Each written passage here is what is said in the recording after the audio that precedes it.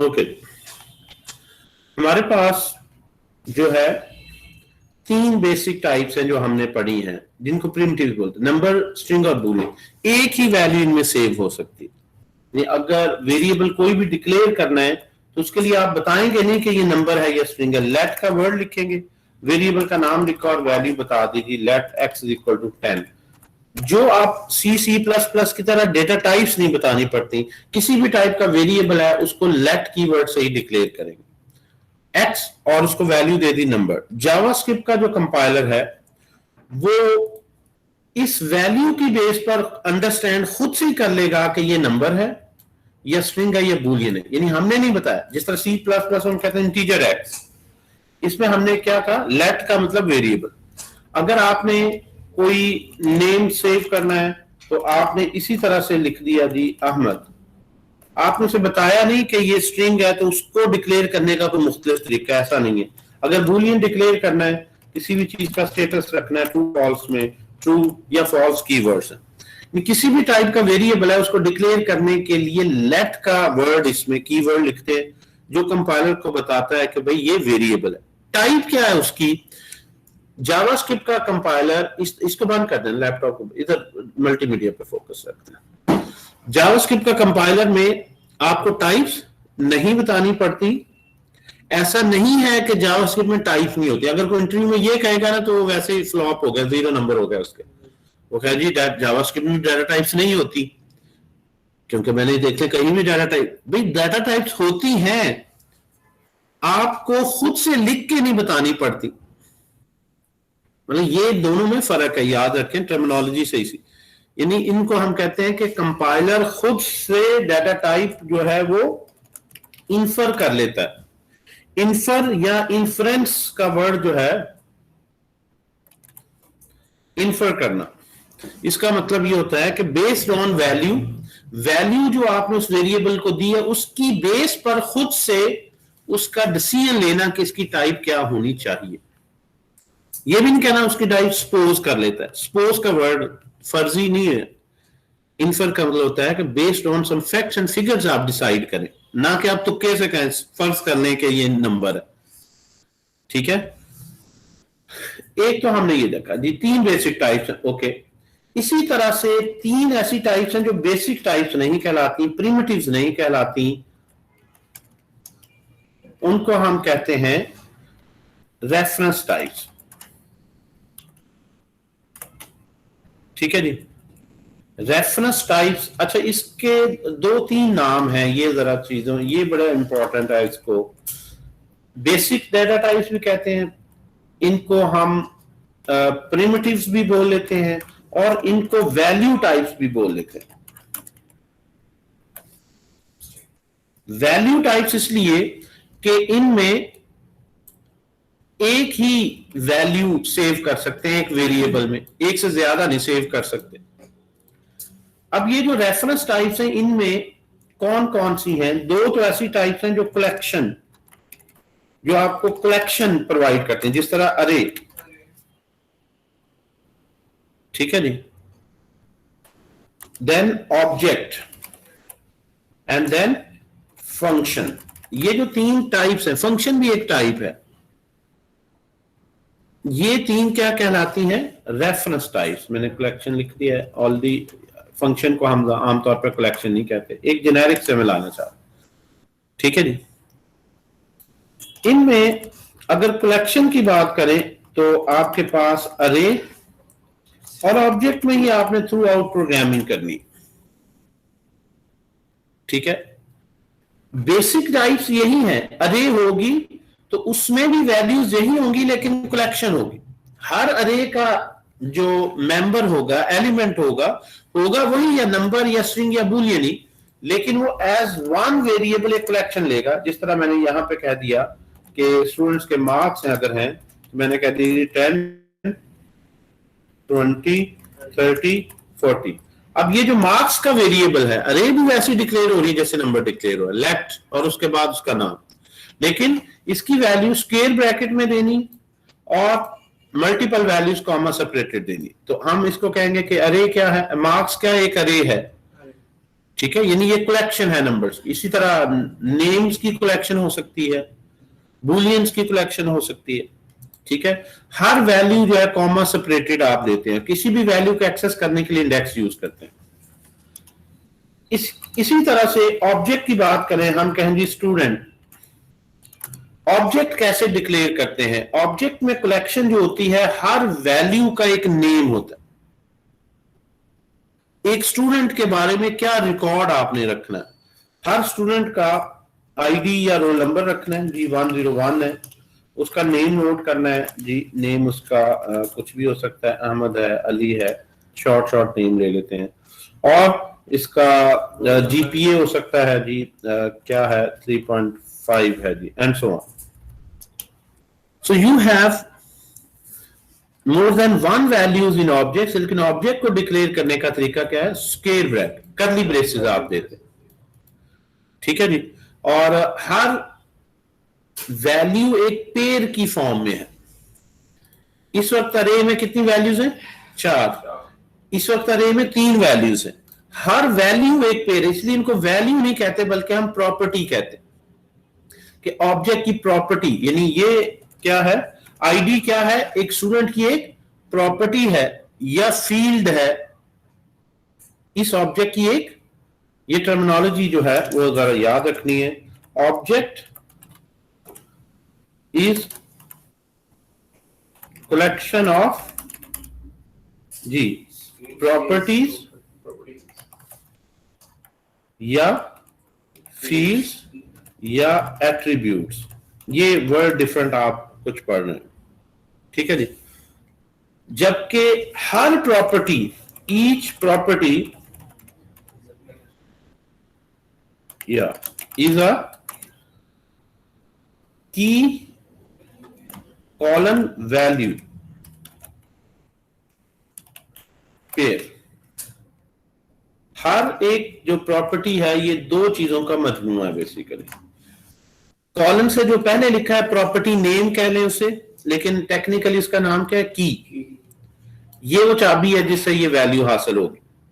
आप student dot ID कहेंगे, student dot name कहेंगे, स्टूडेंट डॉट, यानी डॉट ऑपरेटर यूज होता है। अगर आपने कंसोल डॉट लॉग में प्रिंट करना नेम, तो आप ऑब्जेक्ट का नाम डॉट नेम।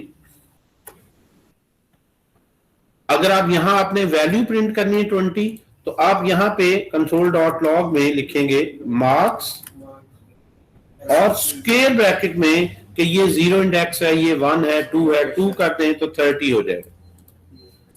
इन दोनों को डिक्लेयर करने के लिए स्क्वायर ब्रैकेट और एक्सेस के लिए इंडेक्स, यहां पे डिक्लेयर करने के लिए कर्ली ब्रेसेस और एक्सेस करने के लिए डॉट ऑपरेटर। ठीक है, दोनों ही डायनामिक हैं। अच्छा, इसको रन करना है, यहां हमने सिर्फ डिक्लेयर किए हुए हैं। यहां हमने जो कंसोल डॉट लॉग में सिर्फ आउटपुट में वो नजर आएगा, 2 ही कंसोल डॉट लॉग। यहां से वैल्यू प्रिंट होगी 30 और यहां से नेम प्रिंट होगा अहमद। इसको साइड बार को शो एंड हाइड आप कर सकते हैं, इसको भी इधर ले आते हैं। ये आपको बार बार आप टाइप नहीं करना पड़ता नोड। अप एरो करेंगे, एरोज में ये कमांड लास्ट सेव होती जाती है। मैंने अप एरो किया, लास्ट मैंने यही रन करने की कमांड लिखी थी, नोड फ्रॉम टू, एंटर किया। सो पहले आ गई 30 और फिर आ गया अहमद लिखा हुआ। सो ये टाइप्स जो हैं आपने याद रखनी है। अब इसको मैं सारे को सिलेक्ट करके कंसोल स्लैश करता हूं तो ये कमेंट हो जाता है, ताकि मैं नेक्स्ट टॉपिक पढ़ाऊं, ये आप लोगों से मैं शेयर कर दूंगा, आप खुद से प्रैक्टिस कर लें। ठीक है, नेक्स्ट जो है वो टॉपिक इस तरह मैं नीचे करता रहूंगा ताकि आपके पास जब ये मैं फाइल शेयर करूं तो जो भी मैंने टाइप किया ये सारा अवेलेबल हो।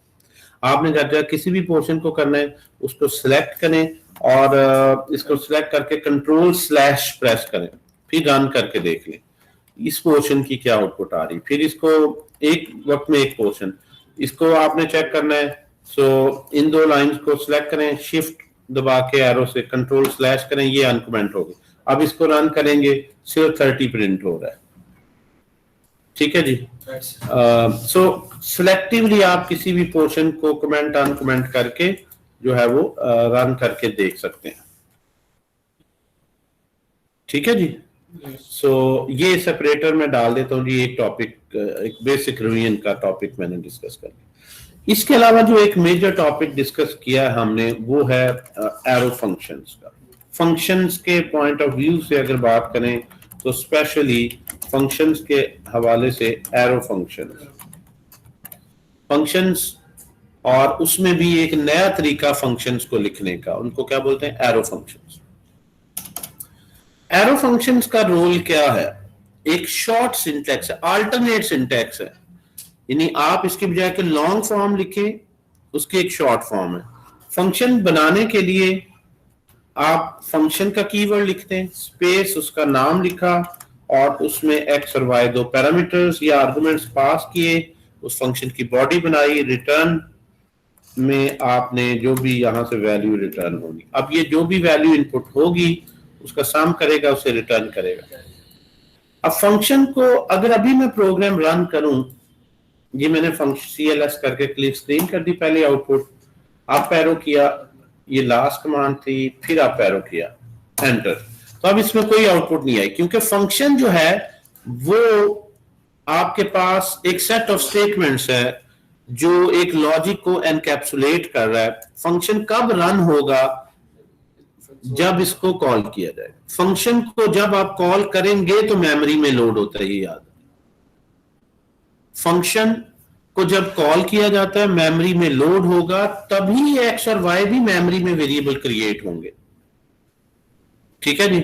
और जब ये फंक्शन रिटर्न करेगा तो ये मेमोरी से अनलोड हो जाएगा, इसका जितना भी डाटा है मेमोरी से अनलोड, यानी इसके अंदर जो डाटा, इसीलिए इनको लोकल वेरिएबल कहते हैं कि ये तब मेमोरी में क्रिएट होते हैं जब कॉल किया जाता है, और जब ये रिटर्न होता है तो ये मेमोरी से डिलीट हो जाते हैं। अगर मैं यहां पे लिखता हूं लेट, इसका आंसर मैं ले लेता हूं इसको कॉल करके सम को 10 20, तो अब जब ये कॉल होगी तो एक्स और वाई दो वेरिएबल मेमोरी में क्रिएट होंगे, इसका आंसर यहां पे आएगा, रन हो गया तो यहां पे क्या आ जाएगा 30।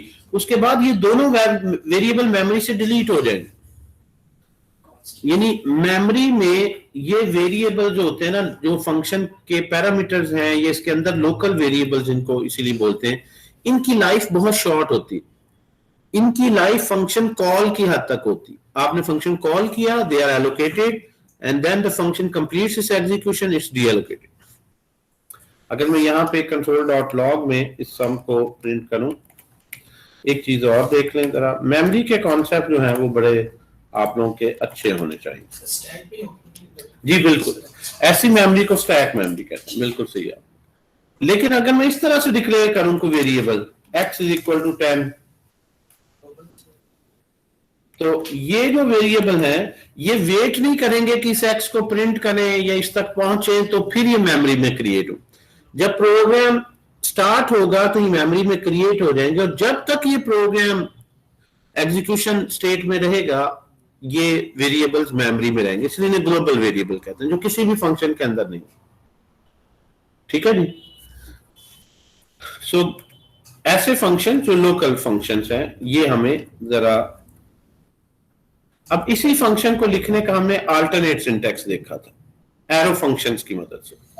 एरो फंक्शंस क्या करते हैं, अब जो C से आए हैं उसमें फंक्शन बनाने का जो तरीका है ना वो थोड़ा सा मुख्तलिफ, उसमें आप return type strongly typed language है, क्या आप उन कहते हैं स्ट्रांगली टाइप्ड लैंग्वेज।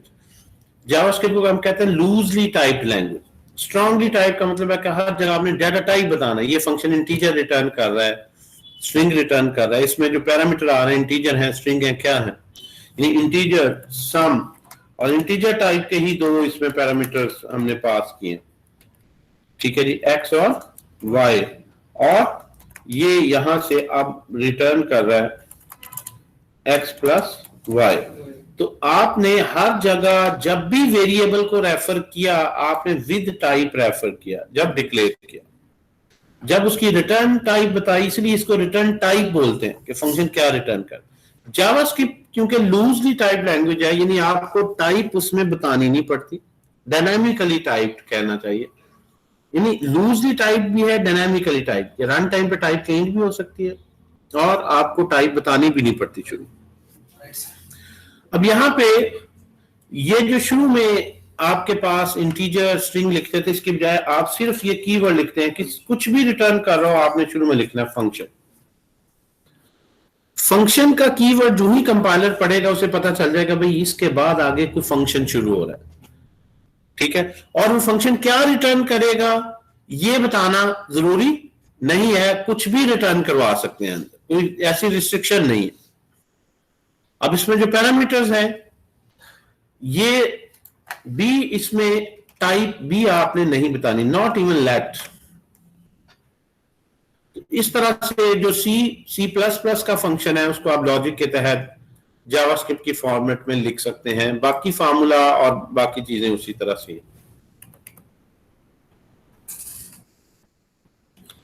ठीक है जी।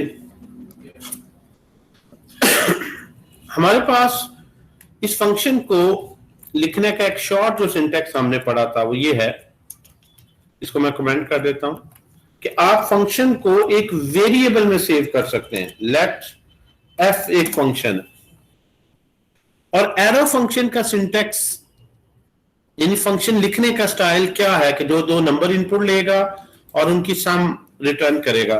इस फंक्शन में आप लिखेंगे x कॉमा y और arrow x plus y and semicolon. Semicolon हमेशा यहां ऑप्शनल है, सेमीकोलन एंड में लगाएं या ना लगाएं कोई फर्क नहीं पड़ता। थ्रू आउट ही किसी भी स्टेटमेंट के एंड में सेमीकोलन लगाएं ना लगाएं कोई फर्क नहीं पड़ता। सो आदतन हम लगा रहे हैं कि जो है वो सी प्लस प्लस से अक्सर लोग बेस से आए होते हैं, वहां तो आपको पता बड़ी जरूरी है, मिसिंग सेमीकोलन पे कंपाइलर एरर दे देता है। सो ये जो सिंटेक्स है इस फॉर्मेट को अगर इससे कंपेयर करें तो हमें फंक्शन का कीवर्ड नहीं लिखना पड़ा, फंक्शन का कोई नाम नहीं उस तरह से रखना पड़ा, उसका ब्लॉक नहीं बनाना पड़ा, रिटर्न का कीवर्ड नहीं लिखना पड़ा। अंडरस्टूड है एरो के बाद जो लिखा हुआ है वो रिटर्न हो रहा है, यानी ये इनपुट आएगी और ये आउटपुट आएगी। ठीक है, इनपुट एक्स और वाई है, एरो का मतलब है ये इनपुट ट्रांसफॉर्म हो जाएगी एक्स प्लस वाई में, उनके सम होके, और यही से रिटर्न भी हो जाएगा। आपको रिटर्न का कीवर्ड नहीं लिखना पड़ा। और इसको कॉल करने के लिए एफ फंक्शन जो है, असल में एफ ये वेरिएबल है लेकिन फंक्शन कंटेन कर रहा है, इसको आपने यहां पे एफ लिख दिया। तो वेरिएबल भी उस तरह बिहेव कर रहा है जैसे आपके पास एक स्टैंडर्ड या लॉन्ग फॉर्म है फंक्शन की। ये चीजें जो है वो हम डिस्कस कर चुके हैं। इसके आगे वैरायटी ऑफ वेज हमने डिस्कस किए थे, एक पैरामीटर है, एक भी नहीं है, पैरामीटर ज्यादा है, किस तरह से। थोड़ा सा स्टेटमेंट्स के बारे में डिस्कशन आप अगर आप देखें तो सबसे पॉपुलर आपको पता है इफ स्टेटमेंट है। इफ स्टेटमेंट जो है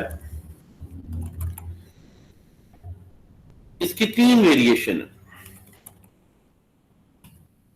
इफ स्टेटमेंट की 3 वेरिएशंस हैं। 3 वेरिएशंस में आपको इफ स्टेटमेंट अप्लाई करनी आनी चाहिए। एक तो इफ एल्स फॉर्म है जो टिपिकल है, इफ एल्स इफ वगैरह जो आप यूज करते रहे। एक क्वेश्चन मार्क और कॉलन ऑपरेटर है और एक एम्परसेंड ऑपरेटर है, बल्कि 4 फॉर्म कह रहे हैं, और एक और ऑपरेटर भी है। और के बारे में चलें भी बाद में डिस्कस कर लेते हैं, ये लिख लें। चलें, इसकी 4 तरह से जो है वो इफ स्टेटमेंट आप जावास्क्रिप्ट में लगा सकते हैं। चारों को जरा रिव्यू कर लेते हैं। अगर मैं मैक्सिमम 2 नंबरों में से लेट्स सपोज मैक्स फाइंड करना है, 2 नंबर्स हैं उनमें से मैंने देखना है मैक्सिमम कौन सा है, तो मैं यहां पे एक फंक्शन बनाता हूं जिसमें फंक्शन, उसका नाम मैं रख देता हूं मैक्स, जो एक्स और वाई इनपुट लेकर एक सिंपल सा फंक्शन बनाते हैं। इफ मैं चाहता हूं ये फंक्शन मैक्सिमम रिटर्न करे, x is greater than y, तो ये क्या रिटर्न करेगा, इसे क्या रिटर्न करना चाहिए अगर मैक्स फाइंड करना है तो x, otherwise this function should return y. अब ये आपने जो फंक्शन को कॉल करेंगे, 2 नंबर पास करेंगे, and based on the maximum value वो डिसाइड करेगा एक्स रिटर्न करना है कि वाई रिटर्न करना है। अब इस फंक्शन को कॉल करने के लिए इसका आंसर एक वेरिएबल एम फॉर मैक्स इसमें ले लिया, इसको कॉल किया मैक्स, और यहां पे मैंने लिख दिया 10, 20 और जी मैक्स कर देते हैं, और यहां से कंसोल डॉट लॉग में मैंने ये एम जो आंसर आ रहा है इसको प्रिंट कर दिया, थोड़ा सा लॉन्ग फॉर्मेट में लिख दिया। ये पहली वेरिएशन है, इसी स्टेटमेंट को मैं चारों तरीकों से बनाता, ठीक है जी। अब ये लॉन्ग फॉर्मेट है, x जो है वो उसमें 10 वैल्यू गई, y में 20, और यहाँ पे x is greater than y, obviously ये कंडीशन क्या हो जाएगी 10 इज ग्रेटर देन 20 की बात करें, फॉल्स, तो फॉल्स है तो एल्स पार्ट में y रिटर्न होगा, y में 20 है, मैक्स वैल्यू 20 आ जाएगी। ओके, ये आपके पास 20 आ गया। अगर आप पहले को 100 कर दें और फिर रन करें तो आपके पास 100 आ जाएगा। दोनों को अगर इक्वल कर दें तो कंडीशन ट्रू हो या फॉल्स हो एक ही नंबर रिटर्न होना, इसलिए आंसर में फर्क नहीं पड़ता, ठीक है जी। सो इक्वालिटी इसलिए नहीं लिखा, हाँ जी एल से आएगा, तो चाहे एल होता या एक्स रिटर्न हो या वाई, दोनों इक्वल है, इसलिए जो है वो मैक्स है। आप अगर एक्सप्लिसिटली चाह रहे हैं कि नहीं वो बताए इक्वल भी है, तो यहाँ पे एक और क्लॉज ऐड कर दें कि अगर इक्वल है तो फिर वो कह दीजिए equal, otherwise x and y. अच्छा जी, अब यहाँ पे ये तो एक स्टैंडर्ड फॉर्म है जो मोस्टली स्टूडेंट्स जो है ना, इस स्टेटमेंट पे मैं सिर्फ फोकस करना जिससे अवेयर है कि जी इस तरह से जो है वो इस स्टेटमेंट है। इस फंक्शन को कंट्रोल सी कॉपी किया, कंट्रोल स्लैश इसको आपने कमेंट कर दिया। इस फंक्शन को हम एक और तरीके से भी बना सकते हैं, question mark and colon operator. Question mark and colon जो है ये कहलाता है टर्नरी ऑपरेटर। तीन इसमें ऑप्शंस, आप जो है यहां से इस स्टेटमेंट ये जो आपने लिखी है इसको मैं टर्नरी ऑपरेटर में लिखने लगा। टर्नरी ऑपरेटर में रिटर्न का कीवर्ड नहीं आता, इफ और एल्स भी नहीं लगाते, कोई इंग्लिश का वर्ड नहीं आता इसमें, ना इफ ना एल्स ना रिटर्न। आप सिंपल कंडीशन उसी तरह लिखते हैं। देखें जहां भी डिसीजन करना है तो कंडीशन तो आएगी जिसकी बेस पर डिसाइड करना है, और उसके ट्रू होने पे क्या रिटर्न करना है वो एक्सप्रेशन भी आएगा, इसके फॉल्स होने पे क्या रिटर्न करना है वो एक्सप्रेशन भी आएगा। लेकिन ये तीनों जो वर्ड्स हैं वो आपने नहीं लिखने, सिंबल्स उसकी बजाय यूज करेंगे, कंपाइलर अंडरस्टैंड कर जाएगा।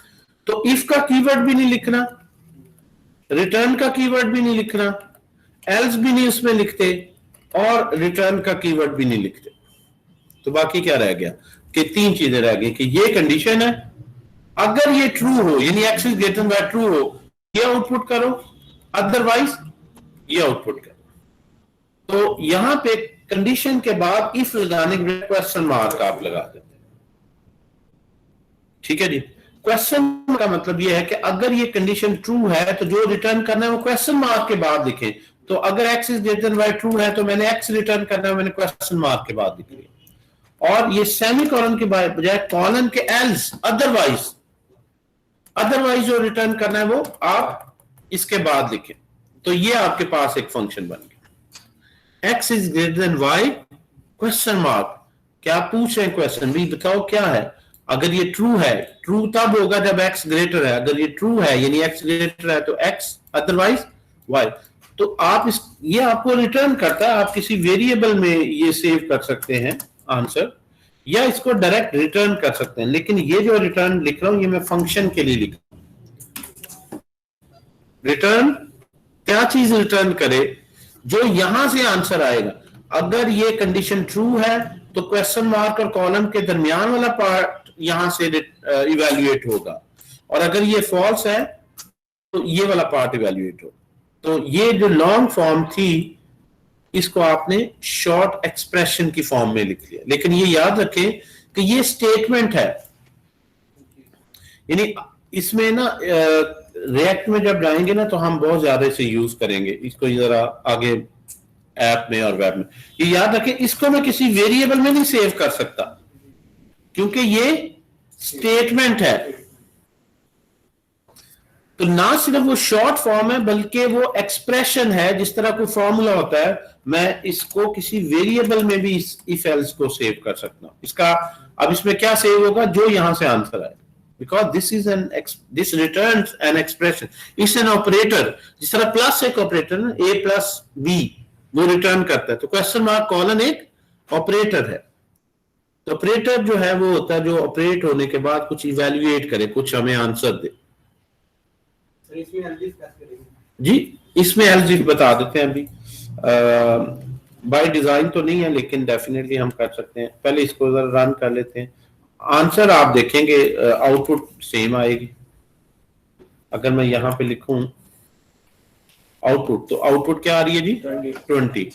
इस तरह अगर इसको चेंज कर दें, इसको 105 कर दें, तो आपके पास 105, यानी जो इन दोनों में से मार्क, लेकिन ये एक शॉर्ट फॉर्म आ गया। अच्छा, अगर जिस तरह आपने कहा है कि हम इसको इफ एल्स में, बहरहाल ये है कि आप जितना मर्जी इसको लंबी चेंज कर लें, एल्स के साथ फिर इफ लगा लें, एल्स इफ जिसे बोलते हैं। अब यहां पे ऐसा पॉसिबल नहीं है, ये सिर्फ दो पार्ट्स के लिए। लेकिन अगर आप खुद थोड़ा सा, जो चीज पॉसिबल नहीं है ना, प्रोग्रामिंग में हर चीज ही पॉसिबल है लेकिन कुछ चीजें डायरेक्टली पॉसिबल नहीं है, थोड़ा सा इनडायरेक्ट फिर आपको चलना पड़ता है। एक बंदा कहता नहीं नहीं यार, तुम ये जो है ना, तुम्हारा बैंक अकाउंट हो ही तो एटीएम से पैसे निकलवा सकते हो, ये पॉसिबल नहीं है तुम्हारे अकाउंट में पैसे हो तो निकल आए। वो हैकर है, वो कहता नहीं मैं पॉसिबल करके दिखाऊं, लेकिन उसका कोई वे आउट डायरेक्ट नहीं है। तो ये स्टेटमेंट में डायरेक्टली पॉसिबल नहीं है कि इफ एल्स और एल्स इफ इस तरह से कर सके। इसकी एग्जांपल मैं देता हूं, आप देखें। मैंने इसको कॉपी किया और मैंने यहां पे चाहता हूं कि मैं 2 नंबर नहीं बल्कि 3 नंबरों में इसी फंक्शन को कॉल, इसी एरो फंक्शन से लिखूं और 3 नंबरों में से मैक्सिमम बताए। अब इसको इफ एल्स में लॉन्ग फॉर्म में लिखने का तरीका क्या हो सकता है कि आप लिखें if x is greater than y. यहां पे 3 पैरामीटर ले लें, एक्स वाई जी कर लें, जेड कर लें, ठीक है जी। अब मुख्तलिफ तरीकों से एंड ऑपरेटर भी लग सकता है, एक्स इज ग्रेटर, लेकिन एक वक्त में एक ही तरह में यूज करता हूं उसी स्टाइल में। If x is greater than y, अगर एक्स वाई से ग्रेटर है तो क्या रिटर्न करेगा, नहीं। तीसरा प्ले तो अभी मैदान में आया ही नहीं। एक्स जो है वो वाई से तो ग्रेटर है, लेकिन अब वाई निकल गया, एक्स और जेड में मैच है कि एक्स और जेड में अब कौन है, वाई खत्म हो गया यहां। तो यहां से मैंने ब्लॉक बनाया। अब मैंने लिखा फिर अगर ये एक्स जेड से भी ग्रेटर है, तो अब यहां पे जब मैं आऊंगा तो एक्स दोनों से ग्रेटर हो चुका होगा। अब यहां पे मैंने क्या किया, रिटर्न एक्स। अदरवाइज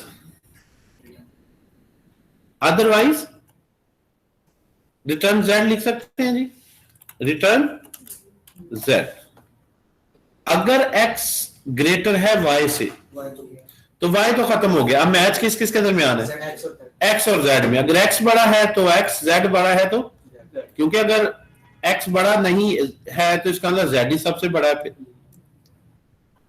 अब यहां पे जो एल्स होगा, यानी वाई भी तो ग्रेटर हो सकता है। अब एल्स में अगर x greater than y false हो जाए, एक्स ग्रेटर नहीं है, तो इसका मतलब है एक्स निकल गया जी दौड़ से, मुकाबले से। कौन कौन रह गया, वाई और जेड।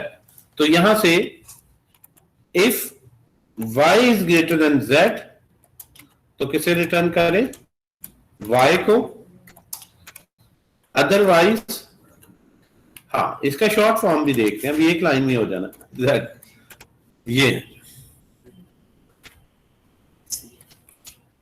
ये फंक्शन यहां पे एंड हो गया। अब ये एक लीनियर चेन बन रही है इसमें, ठीक है जी।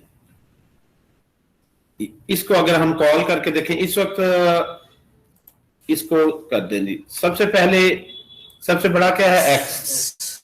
X is greater than y, yes. X is greater than z, yes. यहां से एक्स रिटर्न होगा इस जगह से। सारी पॉसिबिलिटीज देख लेते हैं। क्या आ गया जी 1005। अगर मैं इसको y को ग्रेटर कर दूं तो ये कंडीशन क्या हो जाएगी फॉल्स। सो यहां पे आएगा y is greater than z, yes y दोनों से ही ग्रेटर है, यहां से रिटर्न होगा। तो आपके पास आ जाएगी ये वैल्यू। और अगर z को आप ग्रेटर कर दें, ठीक है जी, if you make z greater तो x is greater than y। अब ये पहले x और y पे है, यस या नो, एल्स में आ जाएगा। अब y और x निकल गया जी, वो तो सबसे छोटा है, इन दोनों में मैच है। तो y is greater than z, no, तो क्या रिटर्न होगा z यहां से। कितने कंपैरिजन हमें करने पड़ रहे हैं, 2 कंपैरिजन कर। अच्छा, इसका एक शॉर्ट, इसको स्टेप बाय स्टेप जरा देखते जाते हैं, क्योंकि पहले जो शुरू में है थोड़ी सी लॉजिक बिल्डिंग पे काम करें। इसका एक शॉर्ट वे भी है, और वो इफ एल्स में कैसे है जरा वो देखते हैं। यहां से आप देखिए इसको एरो फंक्शन से कैसे मैं लिखूंगा। मैंने यहां पे लिखा return x is greater than y, x is greater than y question mark. अगर x y से ग्रेटर है तो अभी तक मैं ये नहीं डिसाइड कर सकता कि मुझे x रिटर्न करना है या नहीं। ये है ना कॉलन, इसके बाद वाला ऑपरेशन, ठीक है जी। और इसके एंड में यहां क्या लिखूंगा, यहां ये मैंने सेमीकोलन लगा, ओके। अगर x y से ग्रेटर है तो इसका मतलब है y निकल गया, आपके इसमें कंपटीशन है। तो यहां पे फिर मैं एक टर्नरी ऑपरेटर यूज कर लूंगा, x is greater than y, no, फिर देखें y is greater than z। अगर x सॉरी अगर x ग्रेटर है y से तो फिर x क्या z से भी ग्रेटर है, क्वेश्चन मार्क। अगर x y से ग्रेटर है तो यहां पे आएगा इस कंडीशन में, और यहां पे x z से भी ग्रेटर है तो यहां पे क्या आ जाएगा x otherwise z, otherwise z। यहां पे एल्स पार्ट में आ जाए। अगर x greater than y false हो जाए तो इसका मतलब y ग्रेटर हो गया, y ग्रेटर हो गया तो फिर यहां पे दोबारा एल्स पार्ट में कॉलम के बाद मैंने लिखा क्या y z से भी ग्रेटर है। इसको इंटेरोगेट करो, अगर ये भी है तो y अदरवाइज z। सो इस तरह से आपने एक ही टर्नरी ऑपरेटर में 2 3 4 जितना मर्जी नेस्ट कर लें। अब यहां फिर एक और नेस्टेड कर सकते थे, ठीक है। बाय डिजाइन ये जो एरो फंक्शन है ये 2 के लिए ही है, यानी इसमें सिर्फ इफ एल्स पार्ट होता है, एल्स इफ नहीं होता। लेकिन आप उसके अंदर नेस्ट करके कर सकते हैं। अब इसी को अगर आप देखें तो यहां से z आ जाएगा। अब देखें इस तरह टेस्ट कर सकते हैं, इसको स्मॉल कर दें, अब आपके पास y आ जाएगा, इसको आप स्मॉल कर दें, अब आपके पास x आ जाएगा, ठीक है जी। So you can write cells. अच्छा, इन सबको तीनों को आप एक लाइन पे भी ला सकते हैं। कैसे ला सकते हैं जी, ये हमने लास्ट टाइम देखा था कि अगर आप फर्दर इसको रिड्यूस करना चाहते हैं कोड साइज को, तो इस सारे को एक लाइन में कैसे लिख सकते हैं, क्या ये मुमकिन है, ये हम देखते हैं। ये आखिरी 2 लाइनें तो आसानी से एक बन सकती हैं कि इसको हम यहां से एंड कर दें लास्ट पे, और इसको हम कट करें, सॉरी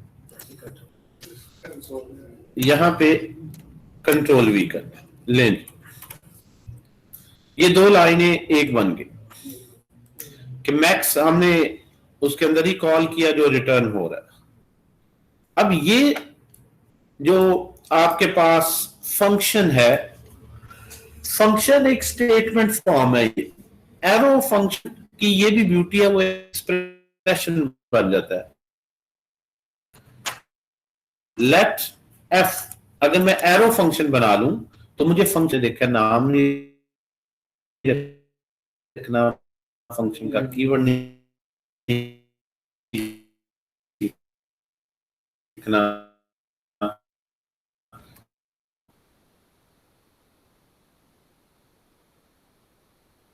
इस सारे को यहां पे ले जाए, एक्स एंड वाई, इसकी बॉडी भी नहीं लिखनी और रिटर्न का कीवर्ड भी नहीं लिखना।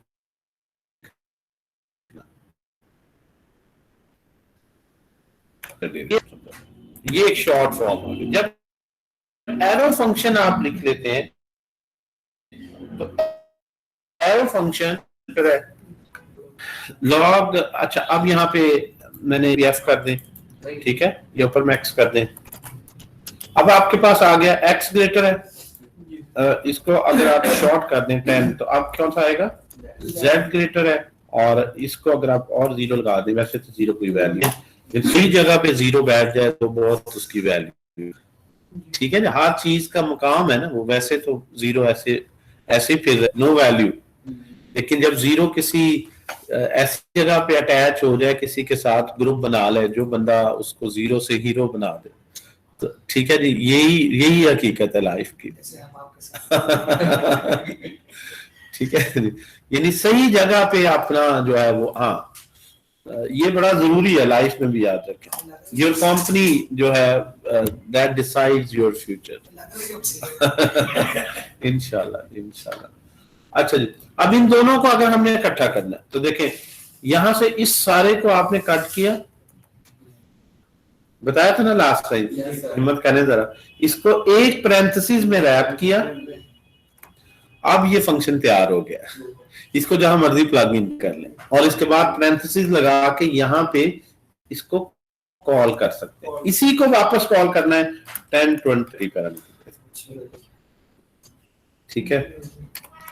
कट करें जी, आप कोई मैक्स शेक्स नहीं है, हर चीज नेमलेस है,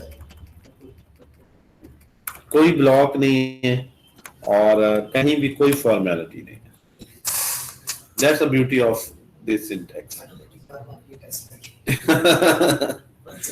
ठीक है जी, सो आपने पैरामीटर के अंदर ही फंक्शन डिफाइन किया है, उधर ही उसे कॉल कर दिया है, और जो है वही उसकी जो रिटर्न टाइप आ रही है इसको कंसोल डॉट कॉल कर।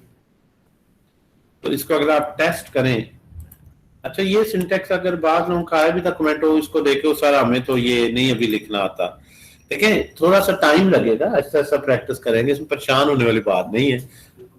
ये रिएक्ट में जाएंगे ना, वहां आपको सारा कोड ही रिटर्न के अंदर लिखना पड़ता है, इस तरह के आपको टैक्टिक्स आ जाएंगे, अभी प्रैक्टिस करेंगे ज्यादा तो।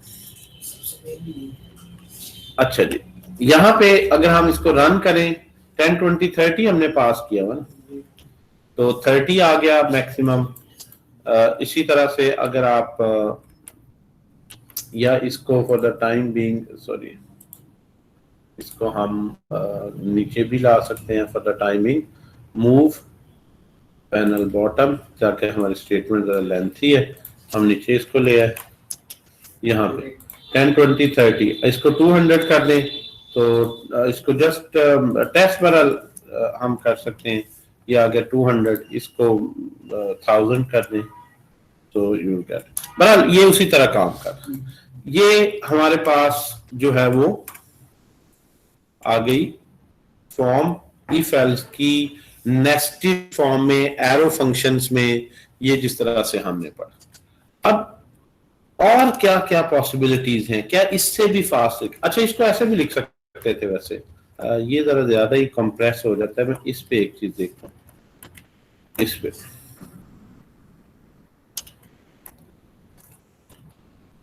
इसको आप थोड़ा सा बेहतर इस तरह लिख सकते थे, आपको इस नेस्टेड स्ट्रक्चर में जाने की जरूरत नहीं है, आप इसको से भी लिख सकते थे,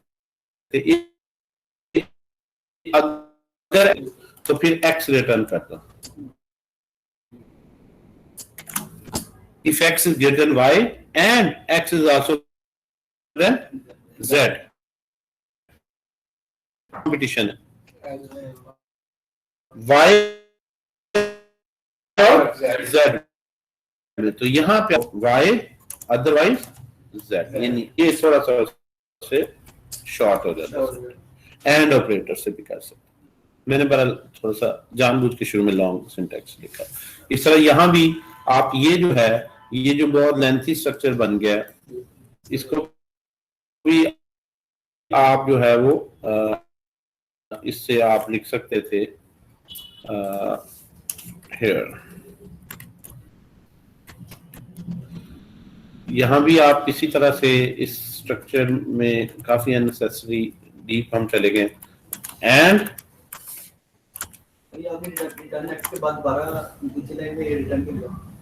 क्योंकि रिटर्न इसमें डिफॉल्ट नहीं है,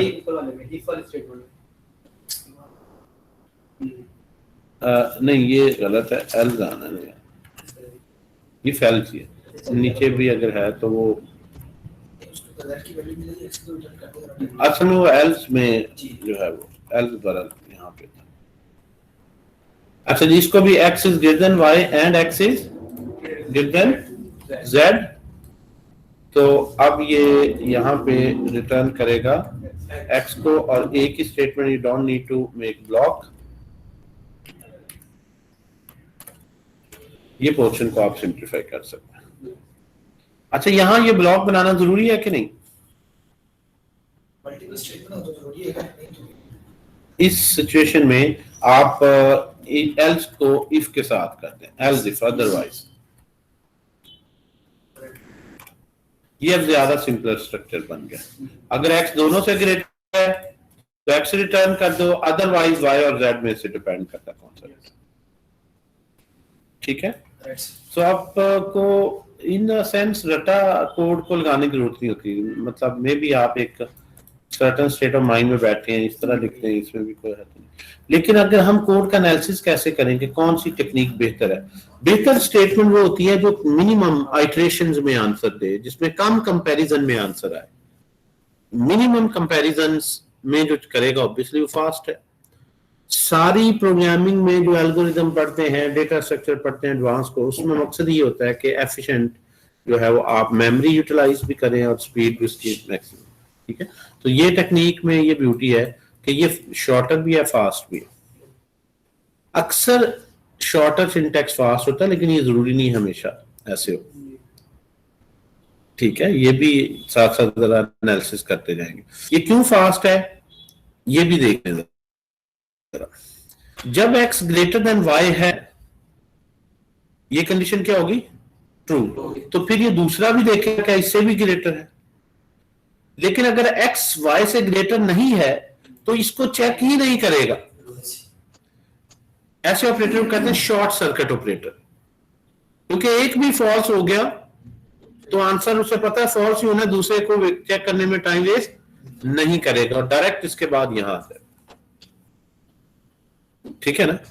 सो इसमें क्या कर रहे हैं हम कि जब ये कंडीशन ट्रू है, ठीक है, तो फिर देखेगा ये कंडीशन ट्रू है, अदरवाइज आप देखें कंपैरिजन कितने लग रहे हैं, कहीं 3 कंपैरिजन, ऐसा तो नहीं इसमें 3 कंपैरिजन लग रहे हैं, इसमें 2 कंपैरिजन। तो इस तरह से नंबर ऑफ आइटरेशंस किसमें कम है। अगर आपने एनालिसिस करना है तो इस बेस पे आप डिसाइड करें कि कौन सी टेक्निक बेहतर है। ये नहीं कि ये थोड़ी लाइनों में लिखा है, ये एरो फंक्शन, ये क्वेश्चन मार्क कॉलम में लिख दी है तो जी उसमें जो है वो, अब ये कोड बेहतर है इससे भी, ये जो आपने हमने लिखा था ये वाला, अगर इसमें कंपैरिजन ज्यादा लगते हैं। ठीक है, लेकिन आमतौर पर shorter and clean logic is mostly preferred.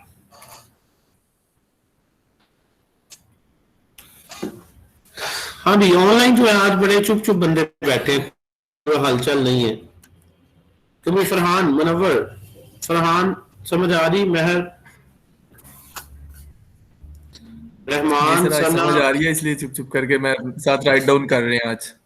अच्छा अच्छा, चलो मैं समझा कि कहीं सो गए, कोई हलचल ही नहीं, कोई बिल्कुल ही बंदे जो जी फरहान। नहीं सर, आज जरा ज्यादा समझ आ रही है इसलिए। बेसिक असल में टॉपिक है ना, मैंने शायद वो एरो फंक्शन वाला थोड़ा सा जल्दी पढ़ा दिया मुझे। रमीज साहब ने भी कहा दिया, आपने वो आमतौर पे मैं तीसरे लेक्चर चौथे में वो पढ़ाता होता हूँ, लेकिन वो थोड़ा सा अर्ली शायद डिस्कस हो गया।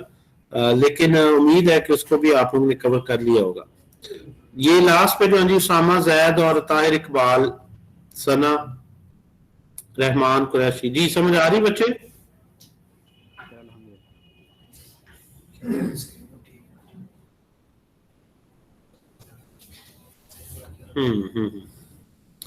क्या कह रहे जी? जी सर आज जो हाफ है वो भी इधर हो गया, चले जी गुड हो गया। अच्छा फरहान नवर कह रहे हैं जी कुछ कुछ समझ आ रही, चले इस गुड। जो बिल्कुल कंप्यूटर साइंस की बैकग्राउंड से नहीं है, फरहान आपकी क्या है एजुकेशन पहले, जो फर्स्ट टाइम लाइफ में प्रोग्रामिंग के सब्जेक्ट को देख रहे हैं, क्योंकि हमारी क्लास में बिजनेस के स्टूडेंट्स भी होते हैं जो आई.कॉम बी.कॉम सीए के एमबीए के बीबीए के भी होते हैं जिनका कोई ताल्लुक नहीं कभी प्रोग्रामिंग से रहा, तो फर्स्ट टाइम कर रहे हैं जो बिल्कुल ठीक है।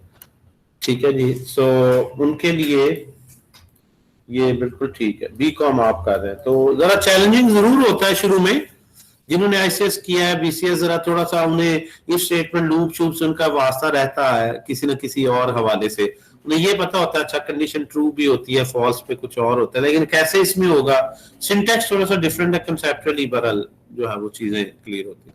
तो अच्छी बात है यार, आप जो है मेहनत कर रहे हैं, इंशाल्लाह हो जाएगा स्टेप बाय स्टेप। प्रोग्रामिंग जो है ये जरा मुश्किल काम है, इसमें एक्सपर्टीज के लिए थोड़ा सा टाइम जरूर लगता है, लेकिन कंसिस्टेंसी चाहिए होती है। लेकिन ये याद रखें कि बड़े बड़े बंदे हैं जो आईटी के नहीं हैं, उन्होंने बड़े बड़े दुनिया में अच्छे सॉफ्टवेयर बनाए हैं, जो कि आर्ट्स के थे, कोई साइकोलॉजी का था, साइकोलॉजी के लिए बड़ा उसने अच्छा सॉफ्टवेयर लिखा, अकाउंट्स का बड़े बंदों ने लिखा, और जो बीकॉम वगैरह जो दूसरी डोमेन से करते हैं ना, उनको ये एडवांटेज जरूर होता है कि वो उस डोमेन की टेक्निकल रिक्वायरमेंट्स को समझ रहे होते हैं। मतलब बाज सॉफ्टवेयर ऐसे हैं वो कहते हैं जनरल लेजर और ये सारा काउंटिंग फ्लो को ऑटोमेट करना है, तो कंप्यूटर साइंस के बंदे को पहले ये समझने में बड़ा टाइम लग जाता है कि ये मैनुअल कैसे ऑपरेट हो रहा है ताकि मैं रूल समझूं और उसको ऑटोमेट करूं। जब तक आप उसको अंडरस्टैंड नहीं करते, जब तक आप अंडरस्टैंड नहीं करते रिक्वायरमेंट्स को, आप उसको इम्प्लीमेंट नहीं कर सकते, याद रखें। ठीक है ना? कौन से मेरे से हिल गया ये? So it's good. मैंने सबसे ज्यादा जो मैंने देखा कि मैंने जो लर्निंग हुई ना, वो हुई जब मैंने डॉक्टर्स को पढ़ाया। मैंने 5 साल तक जो है वो उनको कुछ सब्जेक्ट्स पढ़ाए, और उनको जब मैंने प्रोजेक्ट्स दिए, तो जब उनकी मैंने प्रेजेंटेशंस ली, तो फिर मुझे पता चला कि यार अच्छा मेडिकल में हमें तो पता ही नहीं था यहाँ कितना जबरदस्त अप्लाई हो सकता, बिल्कुल इस हवाले से भी था। फिर उनका एंड नोट पे थे लेक्चर्स, एंड नोट और टर्निटिन और ये सारा प्लेजिज्म डिटेक्शन, किस तरह एमएस-पीएचडी के थीसिस डॉक्टर्स लिखे सॉफ्टवेयर्स के थ्रू, रिसर्च पेपर्स की डेटाबेस बनाना, उससे करना, फिर डाटा एनालिसिस में एसपीएसएस को मैंने उनको करवाया, फिर एक उनका मॉड्यूल वेब का भी था, लेकिन वेब का बेसिक था एचटीएमएल सीएसएस वगैरह। तो उनको जो प्रोजेक्ट दिए ना कि यार आप क्या बनाना चाहोगे, किस तरह से कहोगे, तो वो बड़े जबरदस्त जो है वो मेरा एक्सपीरियंस रहा। कुछ उसके थे, कुछ फार्मेसी के थे, कुछ मेडिकल के, मतलब इसमें अब हर फील्ड में अब कंप्यूटर का सब्जेक्ट लाजमी।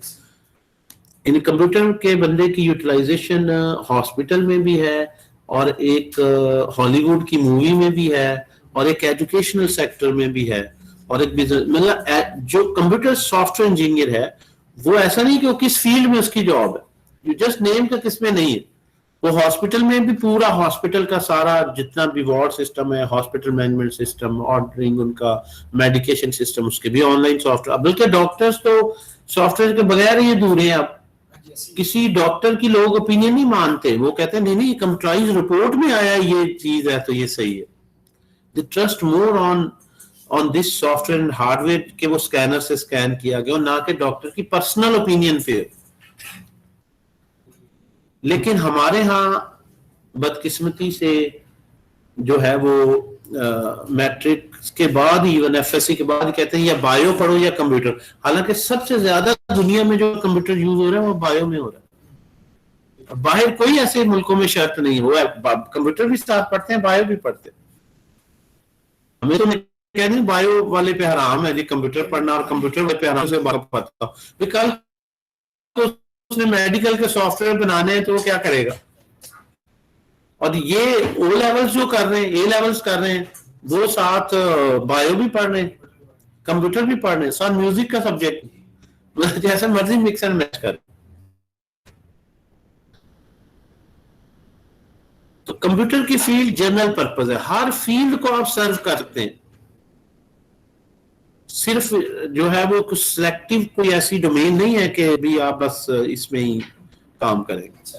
आईसीएस में भी ना दो पेयर होते हैं, एक फिजिक्स के साथ एक स्टैट के साथ। मेरा मानना स्टैट के साथ होना चाहिए क्योंकि अगर बिजनेस दोनों लिहाज से पता है उसमें होता है। स्टैट्स का आप क्योंकि थोड़ा सा रिसर्च में रहे, आपको पता है स्टैटिस्टिकल एनालिसिस की कितनी अहमियत है। लेकिन अगर कोई ऐसा बंदा जो कंप्यूटर इंजीनियरिंग में जाना चाह रहा है, माइक्रो कंट्रोलर्स में, एम्बेडेड सिस्टम्स में, उसके लिए फिजिक्स की लाइन आ जाती है। लेकिन आपका के एरिया मेरे ख्याल एमफिल वगैरह, आपको पता है कि फिर स्टैटिस्टिकल एनालिसिस कितना हर एक का देखें, हर एक का आईओटी अपनी जगह नहीं ग्रो कर रही। अब उनके एम्बेडेड से कल ही मेरे पास एक स्टूडेंट है, उसके मैं आ ही रहा था, आज ही रास्ते में कॉल आई, सर वो यहाँ पर सर वो मैंने पीएलसी एक माइक्रो कंट्रोलर लिखा है तो उसमें सेंसर्स के थ्रू डाटा आ रहा है, अब वहां से मैंने अपने कंप्यूटर पे कैसे मैं सेंड कर सकता हूँ कि एक रोबोट है उसने बनाया, वो सेंसर से डाटा ले रहा है, अब उसको मैं चाह रहा हूँ मोबाइल पे अपने पे स्ट्रीम देखनी है, प्रोसेस करना है, एआई का एल्गोरिथम लगाना है। तो मैंने कहा यार कोई नहीं, इतना मसला तुम आना, मैं आई विल हेल्प यू कि उस पे नोड सर्वर इंस्टॉल करना है, और उस सर्वर से डेटा जो है वो आपने जब सर्वर से आपने कर दिया तो कहीं भी ट्रांसमिट कर सकते हैं उसमें। मतलब ये चीजें जो है वो हार्डवेयर में आए, उसकी अपनी फैसिनेशन है। बाद में तो फैसिनेट ही हार्डवेयर से होते हैं, वो सॉफ्टवेयर से इतना नहीं इंटरेस्ट उनको होता। आप वो सॉफ्टवेयर किसी हार्डवेयर के अंदर डालें, किसी रोबोटिक में, किसी ऑटोनमस कार में, किसी कैमरे के साथ फेस रिकग्निशन को इस तरह, फिर वो ज्यादा फैसिनेट होते हैं। अच्छा यार ये जबरदस्त काम, खाली सॉफ्टवेयर से फैसिनेट नहीं होते। जो एग्जीबिशंस वगैरह होती हैं वहां उनको लोग ज्यादा जो चीज नजर आए को सामने, ठीक है, उसमें हालांकि हर बंदा जो है अपनी आजकल जिंदगी जो है वो सॉफ्टवेयर में गुजारा है, हार्डवेयर नहीं उठा के हम फिर रहे मोबाइल के, उसके अंदर एप्स ही हैं जो हमें फैसिनेट कर रही हैं। इसमें फेसबुक है, इसमें व्हाट्सएप है, इसमें फलां ऐप है, इसमें फलां ऐप है, वो एप्स ही हैं। वो कौन से हार्डवेयर है रिपोर्ट से जो हम लेके फिर वही है जिन्होंने हमारी जिंदगी को एंगेज किया हुआ है, हर वक्त एंगेज किया हुआ है। और आप प्ले स्टोर पे जाएं, you search so many apps, और वही सबसे जबरदस्त है। तो सॉफ्टवेयर में ही घेरा हुआ है हर वक्त। आप घर से निकले, बैंक से निकले, आप किसी जो है वो टिकटिंग सिस्टम पे चले जाएं, आप वहां से निकले ग्रोसरी स्टोर चले जाएं, हर जगह तो आपके सॉफ्टवेयर ही चल रहे हैं। गली मोहल्ले में एक शॉप से लेकर ऑनलाइन तक हर जगह आप कंप्यूटर सिस्टम की जहां भी यूटिलाइजेशन है, तो वो सिस्टम आप जैसे बंदों ने बना के देना जो कंप्यूटर साइंस के हैं। वो खुद तो नहीं शॉप की बनाएगा, आपसे ही आप जैसे किसी और सॉफ्टवेयर इंजीनियर से बनवाएगा। तो इसमें बहरहाल ऑप्शन जो है वो बहुत ज्यादा है। और कोविड ने तो आके हालात चेंज कर दिए। कोविड तो आके उसने प्रूव कर दिया कि सारी दुनिया बंद हो जाए ना, तो आईटी एक तरीका जिसके थ्रू आप फिर भी कनेक्टेड रह सकते हैं। कोई फिजिकल राब्ता मुमकिन ना रहे तो सॉफ्ट फॉर्म ही है जिसके थ्रू आप जो है हर चीज को मॉनिटर कर सकते हैं, डिलीवर कर सकते हैं। जो बिजनेसेस ऑनलाइन थे वो सरवाइव कर गए। जो छोटे छोटे से लेकर जो बिजनेसेस, चाहे कोई पिज्जा शॉप भी थी ना, अगर उसका कोई सॉफ्टवेयर ऑनलाइन नहीं था तो वो समझ ले उसका दिवालिया निकल गया। जो ऑनलाइन ऑर्डरिंग को थोड़ा बहुत थे, ऑनलाइन में थे, वो फिर भी उनकी कुछ सेल्स चलती रही। तो ये भी उनके लिए बड़ा इस वक्त राइट टाइम है। आप क्विकली सीखें और ई कॉमर्स फील्ड में घुस जाएं, ई कॉमर्स के सॉफ्टवेयर बनाएं, और आप देखेंगे कि कितना जबरदस्त आपको इसमें रेवेन्यू होता है। इस वक्त उन तमाम शॉपकीपर्स ने रियलाइज किया यार वाकई, अब आप किसी के पास जाएंगे ना तो पहले उसको आपको कन्विंस करना पड़ता था अब वो खुद इस सदमे से साल से दो चार है कि यार लोग कम आते हैं मार्केट में, बाहर कम निकल रहे हैं, तो घर बैठे नहीं को मेरे ऑर्डर्स मंगवा सकते, मेरी सेल्स हो सकती है। कोई गारमेंट्स की शॉप है, कोई रेस्टोरेंट है, कोई स्पेयर पार्ट्स का है, कोई ग्रोसरी, आजकल बड़ी ऐप चल रही, ग्रोसरी स्टोर भी हो, कहते हैं नहीं जी घर बैठे मंगवाए, ठीक है जी। तो there are lot of opportunities, it's right time to actually learn these tools and technology, और अपना स्टार्टअप सोचे। मैं आपको नौकरी शौकरी को छोड़े, अपना स्टार्टअप सोचे। ये बड़ा अब लोगों का माइंडसेट बदल गया है, और अब वो ऑनलाइन जो है उसको एक हकीकत के तौर पर उन्होंने तस्लीम किया। अब पढ़ाने का भी देखिए, हमने इतना पढ़ाया है, कभी ऑनलाइन क्लासेस मैंने नहीं किया लाहौर से बाहर डिलीवर की। अभी हमने डिलीवर शुरू किया है तो हमारे उतने फिजिकल एडमिशन नहीं होते जितने ऑनलाइन होते। हमने रियलाइज किया कि यार हर बिजनेस में कितनी पोटेंशियल है। अब इसके बाद जो दूसरा बैच है जिसका मैंने बताया, उसमें 55 स्टूडेंट्स हैं, उसमें से 12 ऑनलाइन है, 43 एडमिशन ऑनलाइन ही है, 12 फिजिकल है सिर्फ। और मैंने लास्ट टाइम आया सैटरडे को ना, लड़का तो वो ऑनलाइन लेता था, उसने फिजिकल आया, मैंने कहा कहाँ रहते, तो पिछले गली में रहता है, और वो थ्रू आउट ही ऑनलाइन, यहाँ नहीं हुआ है।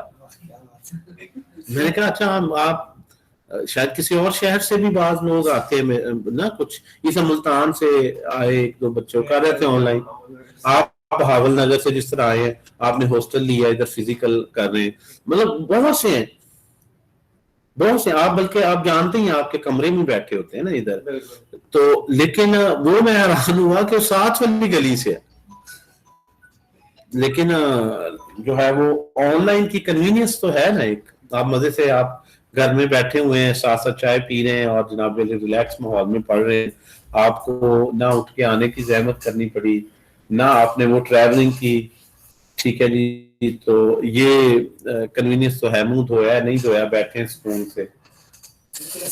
क्यों भाई, जो ऑनलाइन है वो इस बात से एग्री करते हैं कि नहीं? यस सर, टोटली एग्री करते हैं, टोटली एग्री करते हैं सर। बिल्कुल सही। तो ये कन्वीनियंस है, लेकिन अभी ना लिमिटेशन है ऑनलाइन के सिस्टम्स। ऐसा ऐसा आप देखें मीट और ये सारे बेहतर होते जाएंगे, इनमें फीचर्स बेहतर, इन्होंने भी फील किया ना, बहुत से और कंट्रोल टीचर्स को मिलते जाएंगे कि ज्यादा बेहतर एक्सपीरियंस मिले ऑनलाइन। अभी ऑनलाइन लर्निंग की बेशक लिमिटेशंस भी हैं, ठीक है जी, हार्डवेयर वाइज, कनेक्शन वाइज, फिर सॉफ्टवेयर भी अभी ये बने थे सॉफ्टवेयर मीटिंग्स के लिए, इतने लार्ज स्केल टीचिंग के लिए किसी ने नहीं सोचा था कि कभी ये यूज होंगे। अब बड़े सॉफ्टवेयर हाउसेस हैं वो इसी पे काम कर रहे हैं कि यार सब कोई बेहतर ऐसा सॉफ्टवेयर बनाए जाए जिसके थ्रू इस तरह से टीचर पढ़ाए कि वो ऐसे ही लगे जैसे फिजिकल एक्सपीरियंस मिले, ज्यादा बेहतर हो, चाहे वो वर्चुअल रियलिटी बेस्ड एक्सपीरियंस हो।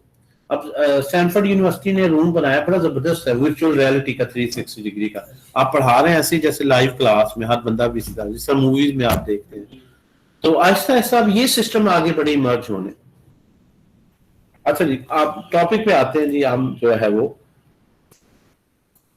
स्टेटमेंट्स के बारे में बात कर रहे थे जी। ये बहुत ही इंपॉर्टेंट है, आपको तो ये फॉर लूप और ये अरेज वगैरह ये फंडामेंटल्स हैं। अब जो नेक्स्ट क्लास होगी ना, हम ऑफिशियली मूव कर देंगे ES6 पे, फिर आगे सारे टॉपिक्स उसी के हैं, ठीक है। ये स्टेटमेंट्स, डेटा टाइप्स, ये सारी जो बेसिक चीजें हैं, अब हमने जो फोकस रखना है वो ज्यादा ES6 पे ही हमारा होगा। अच्छा, एंड ऑपरेटर में क्या रोल होता है जी? एंड ऑपरेटर का पहले आपको ये पता है कि अगर हम लिखते हैं x is greater than y and may be y is greater than z, तो ये कंडीशन ट्रू कब होती है? जब दोनों ही इसमें कंडीशंस ट्रू हो, ये कंडीशन भी ट्रू हो और ये भी ट्रू हो, कोई एक भी फॉल्स हो तो आंसर क्या आएगा? इसका मतलब अगर पहली कंडीशन फॉल्स हो गई है तो हाँ, इसमें ये देखें, लेट, मैं अगर इस तरह लिखूं let x is equal to 10, यहां से एक इंटरेस्टिंग फैक्ट देखें, लेट y इज इक्वल टू 20, और मैंने यहां पे लिख दिया जी जो ग्रेटर है वो प्रिंट, अगर x ग्रेटर है तो प्रिंट कर, तो मैं यहां पे ही अगर लिख दूं कंसोल डॉट लॉग में x इज ग्रेटर। अब ये देखें, ये थोड़ा सा अजीब सिंटैक्स लगेगा, x is greater than y and log console dot log, it seems a little bit different syntax कि मैंने ये कंडीशन कही है, अगर ये कंडीशन ट्रू है, अगर ये कंडीशन ट्रू है तो फिर वो एंड के बाद जाएगा, लेकिन एंड में दोनों तरफ हमने पढ़ा बूलियन होने चाहिए कि दोनों ट्रू है। तो यहां पे जो एंड ऑपरेटर है बूलियन की बजाय ये इवेल्युएट भी कर देता है, यानी यूं समझे कि दूसरा पार्ट तब इवेल्युएट होगा जब पहला ट्रू होगा। तो आप इसको इफ एल्स नहीं कह सकते कि अगर ये कंडीशन ट्रू है तो ये कंसोल पे प्रिंट होगा वरना नहीं होगा। अगर ये फॉल्स है, एंड ऑपरेटर के लेफ्ट साइड पे क्या है, फॉल्स है, एंड में कोई एक भी फॉल्स है तो ओवरऑल आंसर क्या आना है, तो वो ये समझते हुए कि ये फॉल्स है इस पोर्शन में जाएगा ही नहीं, और अगर ये ट्रू है तो यहां जाएगा लेकिन यहां उसे बूलियन नहीं मिलेगा, फिर वो इसे एग्जीक्यूट करते। तो एक लिहाज से ये इफ बन गया, एल्स नहीं बना, इसमें एल्स नहीं है अगर कभी, लेकिन ये ऑपरेटर में, अच्छा अभी आप लोग उसमें पढ़ेंगे ना, आप ये देखेंगे इफ स्टेटमेंट की बजाय ऑपरेटर में कन्वर्ट कर, इसको रन करके देखते हैं। और इसका मैं ऊपर ही ले आता हूँ, मूव कर देता हूँ राइट साइड पे, CLS करके पहले आउटपुट क्लियर कर देते हैं। अब पैरो ये देखें क्या आउटपुट आई है जी, कोई आउटपुट नहीं आई। अब मैं इसको 100 कर लेता हूं, X इज ग्रेटर। तो ये अक्सर जो है ना वो इसका यूज हम रिएक्ट में इस तरह करते हैं कि आपने एक एरर फ्लैग रखा, ये देखिए बूलियन, आपने कोई ऑनलाइन डेटा डाउनलोड किया और आपने देख लिया जी एरर आएगी तो इसे ट्रू कर देंगे, और अगर एरर नहीं आएगी तो इसे क्या कर देंगे, फॉल्स कर देंगे। ठीक है जी। अगर किसी जगह एरर आई है तो दूसरे नंबर पे अब आपने ये जो मैसेज मैं लिख देता हूं, एरर इन लोडिंग डेटा, ये अक्सर हम उसमें UI में काम करेंगे, वहां आपको जरा इसका यूज बेहतर समझ आएगा। एरर, अब मैं चाहता हूं ये एरर मैसेज तभी प्रिंट हो अगर एरर फ्लैग ट्रू है तो मैं यहां पे क्या लिखूंगा जी, यहां पे क्या लिखूंगा, अगर एरर ट्रू है अगर, तो ही ये मैसेज प्रिंट हो। मुझे इफ एल्स नहीं लगानी पड़ी, स्टेटमेंट में नहीं जाना पड़ा। अब यहां पे देखिए मैंने एरर को क्या कर दिया इस वक्त, ट्रू, तो आंसर क्या आया, ट्रू केस। अच्छा वो ब्लू नहीं हुआ, स्पेल जो है। अब यहां पे देखें एरर इन, और अगर एरर फ्लैग हम फॉल्स कर रहे हैं, हम ऐसे फंक्शन बनाएंगे जो ही हम डाटा डाउनलोड करेंगे, अगर डाउनलोड हो जाए तो एरर फॉल्स, अगर डाउनलोड ना हो तो एरर ट्रू, और बाद में हमने यूजर को डाटा दिखाना है या एरर मैसेज दिखाना है, वो डिपेंड करेगा इस फ्लैग पर। तो यहाँ पे तो ये छोटी छोटी चीजें, वहां पे हमारे पास ये ऑप्शन नहीं होगी उस तरह लंबी फेल्स लगाएं, ना क्वेश्चन मार्क कॉलन लगेगा, वहां इस तरह की चीजें आई। अब यहां देखें कोई आउटपुट नहीं है, यानी एरर मैसेज तभी आएगा अगर एरर फ्लैग। अच्छा इसको और सिंप्लीफाई कर सकते हैं, और कैसे कर सकते हैं, अगर ट्रू या फॉल्स बूलियन ही हो तो उसको लिखने की जरूरत नहीं होती। तो इस तरह से खूबसूरत सिंटैक्स आनी, error and console dot log, अगर एरर नहीं है तो नहीं। अब ये खुद बूलियन है, इक्वल टू ट्रू फॉल्स नहीं, यहां खुद ही इसकी वैल्यू सब्स्टिट्यूट होगी। अगर यहां ट्रू सब्स्टिट्यूट होगा तो वो नेक्स्ट इसको एग्जीक्यूट कर देगा, फॉल्स है तो इसका मतलब यह है कि ये सिर्फ इफ पार्ट है, अगर ये ट्रू है तो ये करना है, इसका अदरवाइज नहीं है कुछ, और आपको स्टेटमेंट नहीं चाहिए लाओ, ये इस तरह से चलते जाए। सीपीयू के फ्लैग से काम ले रहे हैं, सीपीयू में भी ऑब्वियसली ये डाटा अगर वो फेट करता है ना, फिलहाल तो हमारा ये मेमोरी में एक अपना वेरिएबल। अच्छा जी, इसमें जो है ये फॉल्स, और इसमें यानी बजाय इसका यूज नहीं लगता आप लोगों का भी लेस देन ग्रेटर देन में। तो इस तरह से हम इस तरह लोडर, अक्सर आपको पता है जब डाटा लोड होना होता है तो लोडर चल रहा होता है, उसमें हम क्या टेक्निक यूज करते हैं कि हम एक फ्लैग ले लेते हैं, हम एक वेरिएबल ले लेते हैं लोडिंग का, और इसको इनिशियली हम कर देते हैं, जब जो ही प्रोग्राम चलेगा लोडिंग क्या होगा, ट्रू। जब तक लोडिंग ट्रू है तो यहाँ पे आप कंसोल डॉट लॉग की बजाय यहाँ पे कोई स्पिनर चलाते हैं जो लोडिंग का आइकन चल रहा होता है, गोल गोल घूम रहा होता है ना, लोडिंग आइकन का। अब ये लोडिंग पहली दफा ही सॉफ्टवेयर चलेगा तो लोडिंग क्या होगा, ट्रू। जो ही वो लोडिंग कंप्लीट हो जाएगी हम प्रोग्रामिंग में इसे क्या कर देंगे, फॉल्स, तो ये यहाँ पे लोडर भी रुक जाएगा। ये तभी चलेगा अगर लोडिंग ट्रू, जब तक लोडिंग हो। तो ये लॉजिक वहां पे हमें काम आएगी, ये एंड ऑपरेटर। ठीक है जी। सो इस वक्त ये ट्रू है, और इनको अक्सर हम पेयर में जो है वो यूज करते हैं। पता है आपको, इसको अक्सर हम पेयर में यूज करते हैं कि जब भी आप लोडिंग के लिए कहते हैं, जब भी लोडिंग के लिए कहते हैं, कोई इंटरनेट से जब भी डाउनलोड करने की आप सर्वर जब लिखेंगे, कोई फंक्शन कॉल करेंगे, तो जरूरी नहीं डाउनलोड, हो सकता है कोई नेटवर्क एरर हो, सर्वर में आपने जो रिक्वेस्ट भेजी है वो रिकॉर्ड ही एग्जिस्ट नहीं करता हो, या यूजर का इंटरनेट ही नहीं है।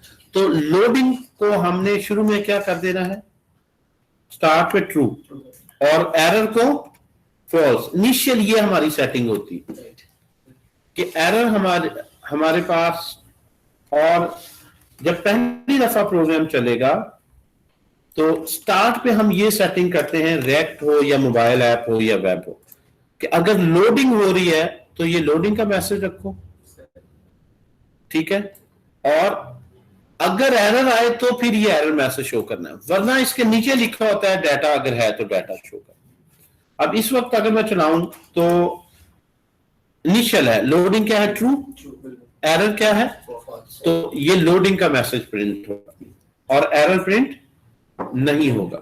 लोडिंग, जब मैं प्रोग्राम में लोड कर लूंगा डाटा तो मैं इसको क्या कर दूंगा, प्रोग्राम फॉल्स, और एरर अगर नहीं आई, डाटा आ गया तो ये फॉल्स कर, तो दोनों ही रुक गए। एक्चुअल डेटा यानी लोडिंग भी हो गई, एरर भी नहीं आई, कोई ना लोडिंग का मैसेज ना एरर का। और अगर लोडिंग रुक गई है लेकिन डाटा नहीं आया तो एरर को क्या कर दूंगा, ट्रू।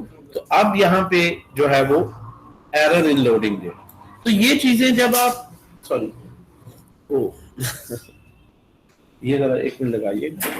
ओके, ये मेरे साथ ऑनलाइन वाले नहीं डिस्कनेक्ट होते क्योंकि वो साथ साथ ही आप लोगों में सिर्फ हो जाता है एक मिनट। ओके, यहां से ये पैटर्न जो है ना, इसीलिए आप कहें जी हमें तो इफ एल्स स्टेटमेंट आती है, इफ की वेरिएंट क्यों हम पढ़ रहे हैं, तो ये आप देखेंगे मुख्तलिफ सिचुएशंस में मुख्तलिफ स्टेटमेंट्स हमें यूज करनी पड़ेंगी, कभी इफ एल्स, कभी टर्नरी ऑपरेटर, और जहां हमने कुछ इवैल्यूएट करवाना है। आमतौर पर जहां पे कोई एरर, लोडिंग इस तरह के होते हैं, फिर एम्परसेंड यूज होता है। और क्या होगा आपके ख्याल में, और में एंड में तो दोनों ट्रू हो तो ट्रू होता है, और में क्या होता है जी, कोई एक भी ट्रू हो तो ट्रू होता है। तो पहले पे बात करें, अगर पहला ट्रू है तो दूसरा, यानी ओवरऑल ट्रू आंसर कब आएगा, अगर पहला ट्रू है तो दूसरा भी ट्रू होना चाहिए या नहीं, दूसरा हो या ना हो। जहां पे हो या ना हो वाली बात है ना, ठीक है, तो वहां पे आप मतलब ट्रू हो या ना हो, उसके लिए फिर वो स्किप कर देता है उसे, क्योंकि दूसरे पार्ट रेलेवेंट ही नहीं होता। अगर पहला ट्रू हो गया तो दूसरा पार्ट स्किप हो जाएगा, बिकॉज वो रेलेवेंट नहीं हो, चाहे ट्रू हो फॉल्स हो, और में कोई एक भी ट्रू मिल गया ट्रू है। जबकि एंड में ऑपोजिट है, अगर पहला ट्रू है तो फिर वो डिसाइड नहीं कर पाता ओवरऑल ट्रू है या नहीं, क्योंकि दूसरा भी चेक करेगा, दोनों ट्रू हो तो फिर ट्रू है, दूसरा फॉल्स है तो इसका मतलब डिसीजन दूसरे पे चला जाता। और में उल्टा है, अगर पहली कंडीशन फॉल्स है तो दूसरी पे डिपेंड करेगा ओवरऑल ट्रू आना है या फॉल्स आना। अगर पहला फॉल्स है तो दूसरे पे डिपेंड करेगा कि दूसरा ट्रू हो गया तो चलो कोई एक तो ट्रू मिल गया ना, और अगर दूसरा भी फॉल्स है तो जहां पे आपने एंड और में इतना ही फर्क कि जहां पे आप डिसीजन ये है कि भाई आप ट्रू पे उसको चलाना चाहते हैं या फॉल्स पे, ठीक है, और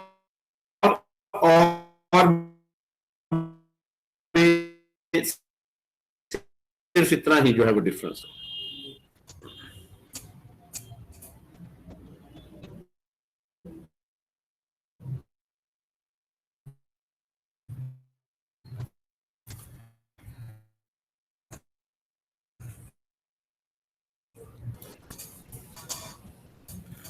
सर स्क्रीन शेयर नहीं हो रही है आपकी। बस वो यार पाँव से मेरे तार जो है ना जरा लाइट इसका असल में दो मैं स्क्रीन से लॉग इन होता हूँ, आप लोगों की स्क्रीन जरा ऑफ होगी। मैं ये वाली शेयर कर रहा था जो यहाँ मल्टीमीडिया पे चल रही थी, तो ऐसे तार जो है वो जरा थोड़ी सी ओके, कोई प्रॉब्लम मैं नहीं। स्टार्ट किया। ओके।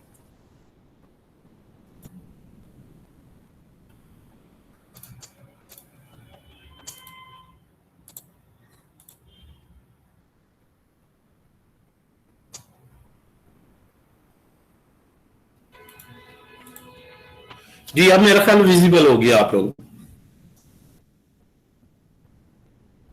यस सर, विजिबल है जी विजिबल है। ऑनलाइन? जी जी जी सर, विजिबल है। Fine fine. अच्छा जी, और मैं बात कर रहा था कि अगर यहाँ पे, अच्छा मुझे बताएं यही काम जो है ये सिर्फ इसको एंड करते हैं, अभी मैं और के बारे में जरा जो थ्योरेटिकली बताया इसको जरा अगर हम कर लें, क्योंकि आखिरी इसकी वेरिएशन रह गई। लेकिन बेसिक्स आपकी क्लियर होनी चाहिए, जब आप एडवांस टॉपिक्स में जाएं बेसिक्स में इशू आ रहा होगा। किसी एक को ले लेते हैं। चलें, error message is more, error ही ज्यादा खपाती प्रोग्रामर को, एरर कोई ले लेते हैं। अच्छा जी, ये आपके पास एरर ट्रू है, पहली कंडीशन क्या है? ट्रू। अब ओवरऑल एंड का डिसीजन सेकंड पे चला गया, तो सेकंड पे डिसीजन नहीं गया, बेसिकली सेकंड इवैल्यूएट हो गया। अगर मैं यहां पे और कर दूंगा हियर, और दो बार्स लॉजिकल और ऑपरेटर के लिए, अब पहली कंडीशन क्या है? ट्रू। अब सेकंड को चेक करने की जरूरत नहीं है, पहली से ही डिसाइड हो गया कि ओवरऑल आंसर ट्रू है। तो जब वो यहां गया ही नहीं चेक करने, तो ये रन भी नहीं करेगा। अब देखिए एंड में रन कर रहा था, सिर्फ मैंने चेंज किया है तो अब वो रन नहीं कर रहा। अब इसको अगर मैं रन करवाना चाहूं तो असल में एंड और एक ही चीज होते हैं, आप इसको नॉट कर देंगे और एंड बन जाए। वैसे मैट्रिक्स से पढ़ाया जाता है डिमॉर्गन लॉ कि एंड जो है उसका नेगेशन और का है, वो A union B, A overall complement is A complement intersection B complement. उसके पीछे बड़ी थियरी है, बड़े आर्टिफिशियल इंटेलिजेंस के रूल्स इस डिमॉर्गन लॉ पे स्टैंड करते हैं। Sometimes it's difficult to make logic with and you and को फिर और में इक्विवेलेंट और में कैसे लिखें। पिथागोरस थ्योरम हम कहते हैं जी a प्लस बी स्क्वायर, आमतौर पर क्या सेंस कहती है कि होल का स्क्वायर है तो दोनों का स्क्वायर कर दो, कहता है नहीं प्लस 2ab होगा तो इक्वल हो। मतलब ये छोटी छोटी चीजों की एप्लीकेशन जब आप देखते हैं ना, फिर आपको जो है वो इसमें मजा आता है। अदरवाइज तो आप यही पूछते रहते हैं हमेशा कि यार ये जो हम पढ़ते हैं साइन थीटा कॉस थीटा, ये रियल लाइफ में कहाँ अप्लाई होता है? आपने अप्लाई होता नहीं देखा। आप जितनी भी इंजीनियरिंग देखते हैं, जितनी भी बड़ी बड़ी बिल्डिंग देखते हैं, साइन थीटा कॉस थीटा की वजह से खड़ी है, वरना 100 मंजिला बिल्डिंग नहीं बन सकती। वो नहीं अर्थक्वेक रेजिस्टेंस बन सकती। ये आपके जितने भी 3D गेम्स आप खेलते हैं, sine theta cos theta iota, ये इन्हीं की मरयूने मिन्नत है, ये इमेजिनरी नंबर नहीं है। ठीक है, इस तरह प्रोबेबिलिटी को जब हम कहते हैं जी, प्रोबेबिलिटी में अक्सर हम कहते हैं जी यार कॉइन टॉस करेंगे तो पता ही है 50-50%, इसमें क्या स्पेशल ऐसी चीज है कि 50% हेड 50% टेल। सारी यही आपकी प्रोबेबिलिटी पे खड़ी, सारी आर्टिफिशियल इंटेलिजेंस, सारी डेटा साइंस। तो फिर आप आते हैं जब उनकी एप्लीकेशंस में, तो ये छोटी छोटी स्टेटमेंट बाहर हमें लगती हैं। अब देखिए हमने नॉट कर दिया इसको, अब ट्रू है तो नॉट क्या कर दिया, फॉल्स, तो फॉल्स होने पे वो सेकंड पे चला गया। तो एंड में भी सेकंड में जा रहा था, लेकिन और में नॉट, और नॉट जो है जी इसके चारों जो है वो किए, ये लॉन्ग फॉर्म है, ये इसकी जो है वो टर्नरी ऑपरेटर, 3 ऑप्शन आती हैं, ये इसको एंड भी एक लिहाज से फेल्स इसमें बन जाता है, इफ स्टेटमेंट। ठीक है जी, यानी इसमें फर्क ये है कि इसमें हम कहते हैं अगर ये ट्रू है तो ये एग्जीक्यूट हो, और में हम कहते हैं ये फॉल्स हो तो एग्जीक्यूट हो। जिस तरह एरर अगर फॉल्स है तो मैं यहां पे लिख लूं data loaded successfully, data loaded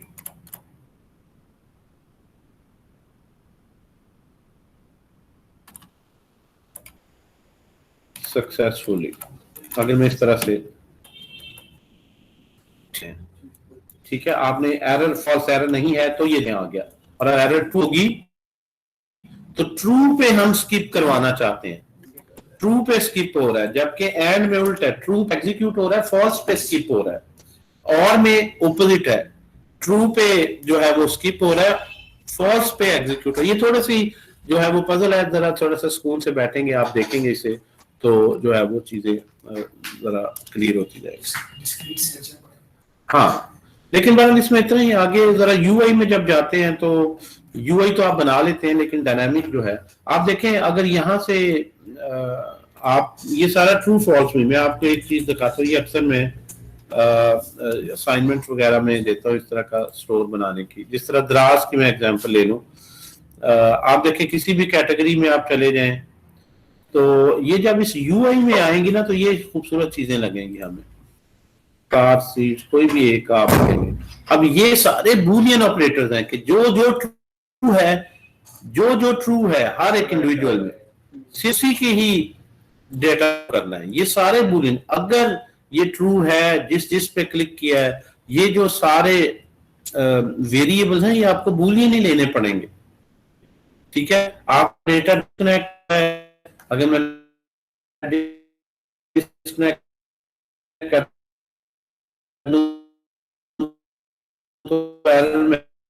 तो शॉपिंग कार्ट पे क्लिक करता हूं, अगर ये तो ये हर जगह ही फेल्स का आपका यूज हो रहा है कि अगर लॉगिन है तो ये ऑर्डर प्लेस कर सकता है, अगर शॉपिंग कार्ट में आइटम्स हैं तो शो करना है, अदरवाइज शो करना है शॉपिंग कार्ट इज एम्प्टी।